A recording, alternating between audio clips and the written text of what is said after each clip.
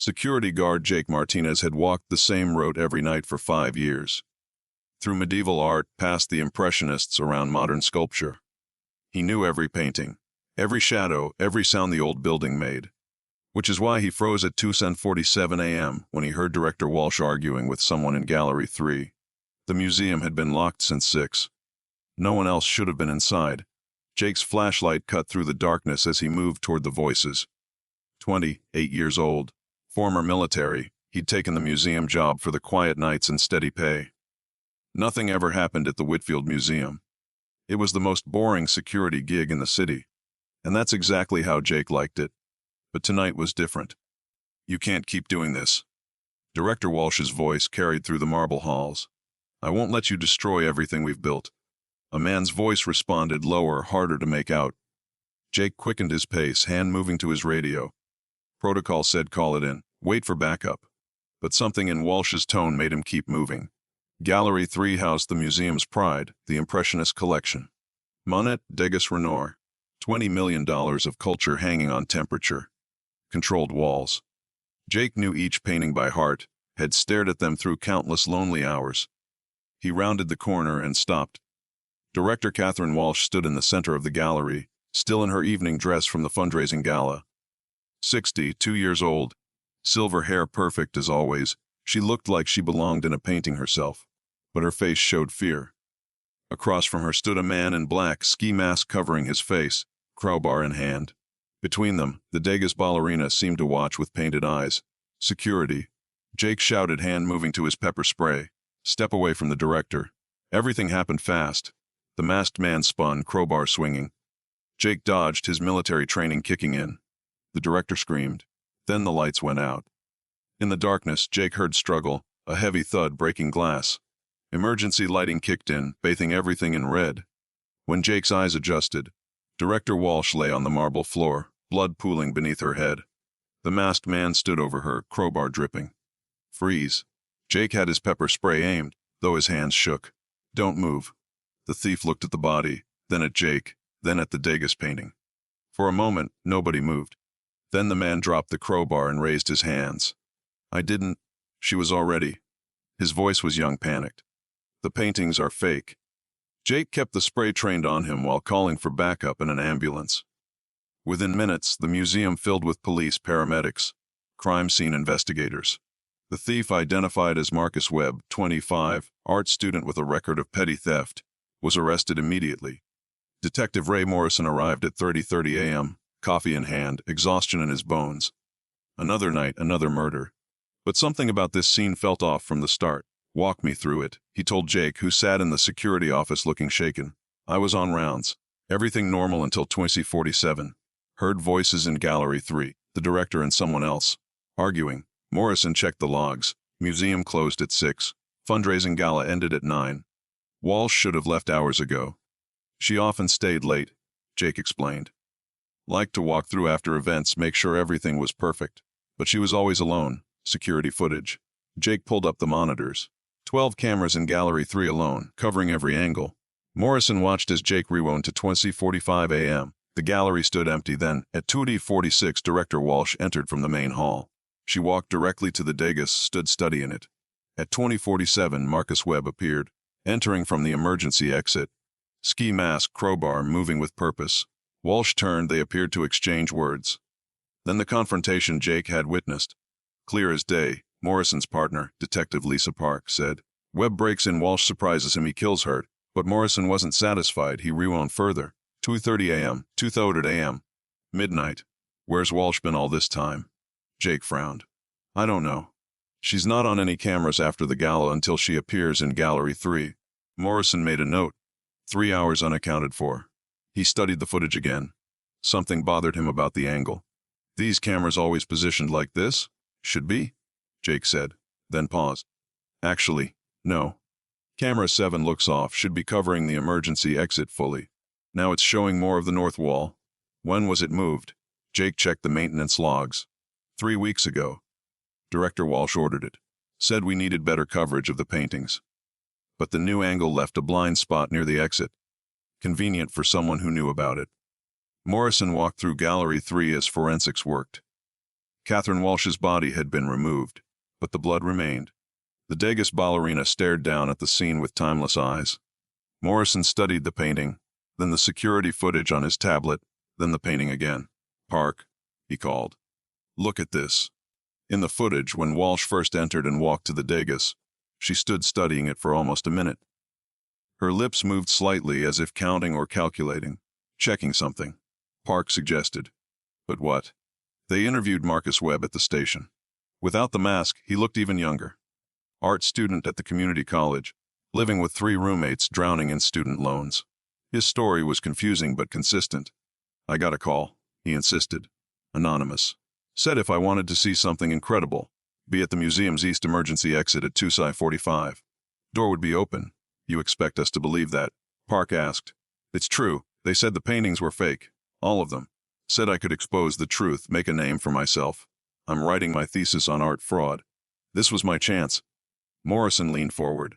"Who called you?" "I don't know. Blocked number. Older man, maybe." Said Director Walsh had been switching real paintings with forgeries for years, selling the originals to private collectors. "So you broke in with a crowbar?" Marcus flushed. "The door was open, just like they said. The crowbar was insurance. In case I got locked in, I wasn't going to steal anything. Just take photos, gather evidence. Then why attack the director?" "I didn't." Marcus's voice cracked. "When I got to Gallery 3, she was already there, standing by the Degas. She saw me and started screaming about ruining everything. Then that guard showed up and the lights went out, and when they came back on, she was on the floor. I swear I never touched her." Morrison pulled up the footage again. The timestamp showed 2:47:15 when Jake appeared, 2:47:18 when the lights cut, 2:47:23 when emergency lighting activated, 5 seconds of darkness. "Who controls the lights?" Morrison asked Jake back at the museum, main security office. "But they're also on motion sensors after midnight. Should stay on if anyone's moving, unless someone overrode them." They checked the security office logs. At 2:47:17, someone had manually cut power to Gallery 3. The terminal showed the username Squalsh. "Director's code," Jake confirmed, "but she was in the gallery. How could she?" Morrison's phone rang. "The forensics team.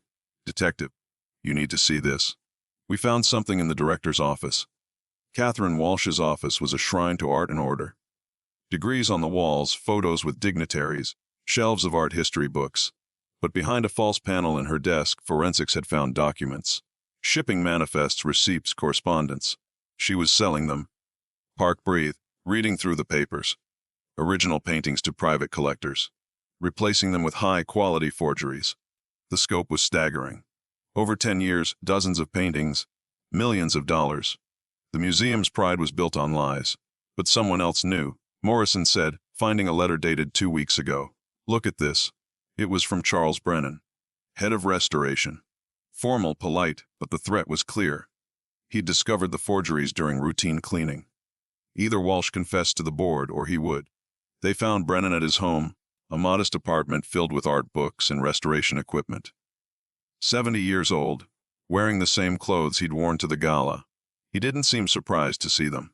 "I loved that museum," he said simply. 40 years I worked there. Cleaned every painting, knew every brushstroke.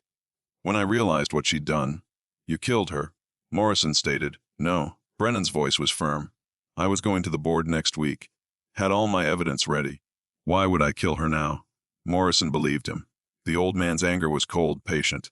He was a restorer. He fixed things slowly, carefully, not with crowbars in the dark. Back at the museum, Morrison stood in Gallery 3 thinking. Webb claimed innocence. Brennan had an alibi. The forensics showed Walsh was killed with a single blow from the crowbar. But the angle was odd. Almost like, "She fell," he said suddenly. "She wasn't hit. She fell and struck her head on the base of the display case." Park frowned. The blood pattern moved. Someone moved her after she fell. Positioned her to look like murder. Morrison checked the footage again, this time focusing on the repositioned camera. The blind spot it created wasn't random. It was specific. Someone could stand in that exact spot and not be seen. Someone who knew the museum's every corner. "Jake," Morrison called. "Show me your rote logs for the past month." Jake's keycard data showed his nightly rounds, precise as clockwork.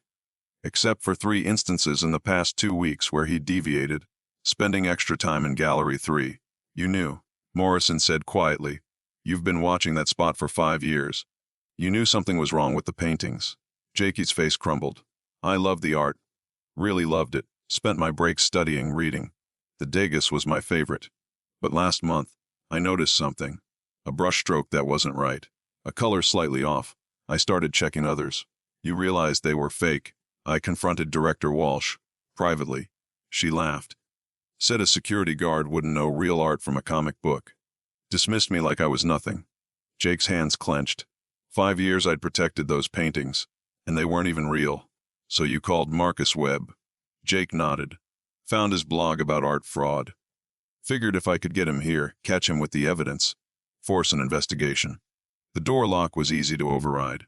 I knew the camera blind spots. What went wrong? Everything. Walsh showed up early. She must have suspected something. When she saw Webb, she panicked. Started screaming. I ran to help, but in the dark. Jake's voice broke. She backed into me. I pushed her away, just trying to get to the lights. She fell, hit her head on the display case. When the lights came on, she was dead. You moved the body.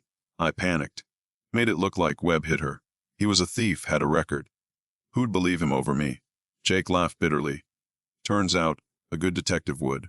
Morrison arrested Jake Martinez for involuntary manslaughter and tampering with evidence. Marcus Webb was released, his thesis now guaranteed to make headlines. Charles Brennan became interim director. His first act ordering authentication of every painting in the collection. The Whitfield Museum closed for 6 months. When it reopened, half its collection was gone, revealed as forgeries, but the half that remained was real, honest, true. Including the Degas ballerina, who had watched it all with painted eyes, keeping secrets in oil and canvas. Jake Martinez got 5 years, served 3. He never worked security again. But sometimes when the museum had free days, visitors might notice a quiet man sitting on the bench in Gallery 3, staring at the Degas with eyes that knew the difference between real beauty and beautiful lies. Morrison closed the case thinking about truth and perception. How a security guard could see what experts missed. How a director could fool everyone for a decade. How a single pushed body could unlock years of deception. In the end, it wasn't about the paintings at all. It was about respect, recognition, and the dangerous assumption that only certain people could see the truth. Jake Martinez had walked the same route for 5 years, studying art in the quiet hours, learning beauty in solitude. When he finally spoke up, nobody listened. So he made them look. And in the darkness of Gallery 3, between fake paintings and real blood, everyone finally saw the truth.